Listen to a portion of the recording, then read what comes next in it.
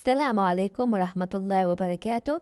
أهلا وسهلا فيكم متابعيني الكرام، وأهلا وسهلا فيكم بهذا الفيديو الجديد لإلي على قناتي. بتمنى ينال إعجابكم.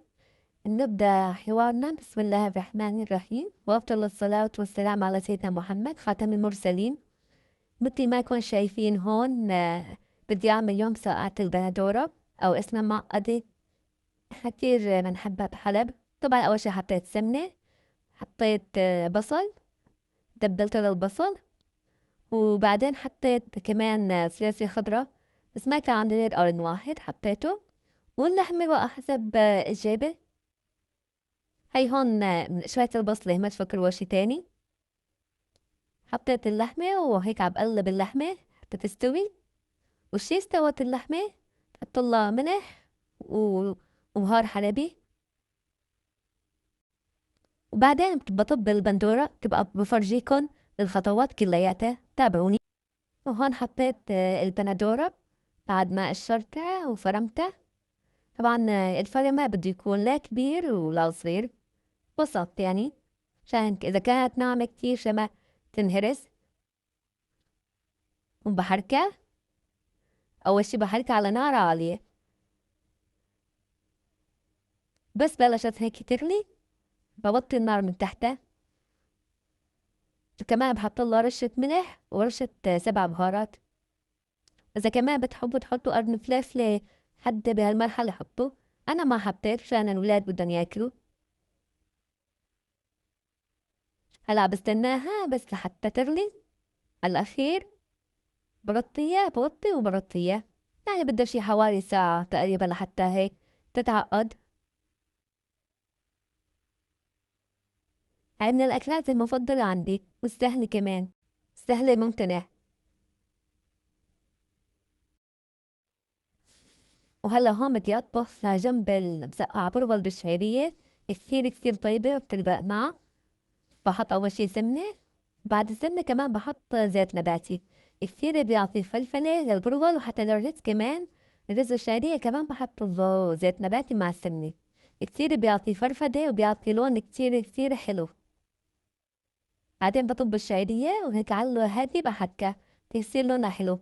ما بحطها وبروح بلتها في شغلة تانية، لا، المعلقة بالطنجرة وعيني على الطنجرة أنا، عشان ما أحرقها، لأن الواحد عم بيطبخ وبتكلف وبيدفع. بعدين بحط برغل. حطيت أنا كاسة برغل، نقيتها وغسلتها غسلة وحدة صفيتها. ما بنقعه للبرغل، ما بدي نقعه، غسلة وحدة بس.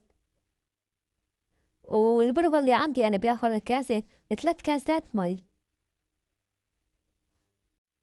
منحركه هيك على نار واطية هيك لحتى يتحمص له شوي، مو لحتى ياخد لون، يتحمص شوي. وبحط له مي، كل كاسة 3 كاسات مي بياخد أنا عندي. في كمان برغل بياخد كاستين حسب بقى. أنا حطيت له مي باردة، في ناس بتحط له مي سخنة، بس النتيجة نفسها. ليش لو أعذب حالي؟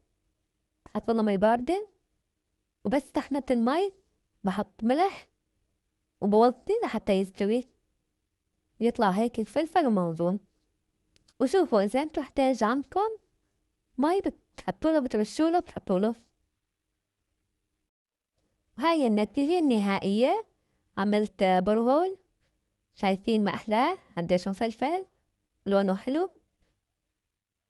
ما بعرف إذا لونه مبين عليكم بالإضاءة، بس لونه مبين واضح كمان. وهاي هي معقدة البندورة أو مسقعة البندورة، كتير هيك طيبة. حط على وشها كمان رشة بهار حلبي، كمان طيبة.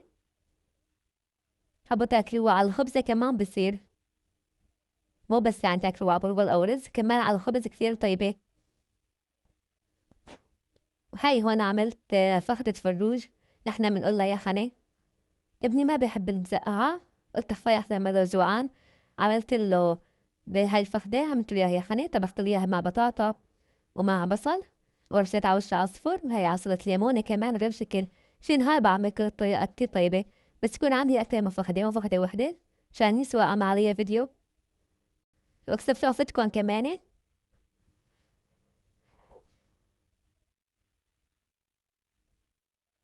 إن شاء الله ألف صحتين على قلبي وعلى قلب كل واحد جرب هالأكلات وطبخها. طبعًا شفتوني بالعنوان أنا كنت كاتبة إنه قرايبتي ما عزمتني على عرس بنتها. طبعًا هلأ يعني الحالة العادية مين بيشوفه؟ العالم صارت كلّياتها بمظاهر، معك مصاري العالم تعمل لك قيمة، ما معك ما حدا بيعمل لك قيمة، أنتِ ومصراتك صارت العالم تعمل قيمة للناس، دخيلك هوّنتِ علي بلاها شي ما بدي، إن شاء الله تتهنى بنتك بهالجايزة والله يبعث لها بنات وصبيان. الحمد لله رب العالمين أنا بعمري ما حقدت على العالم هي إجت علي وهي اللي بتعمل لي مشاكل، أنا هيك بعدي عن الناس ومريحة راسي، يالّا والسلام عليكم.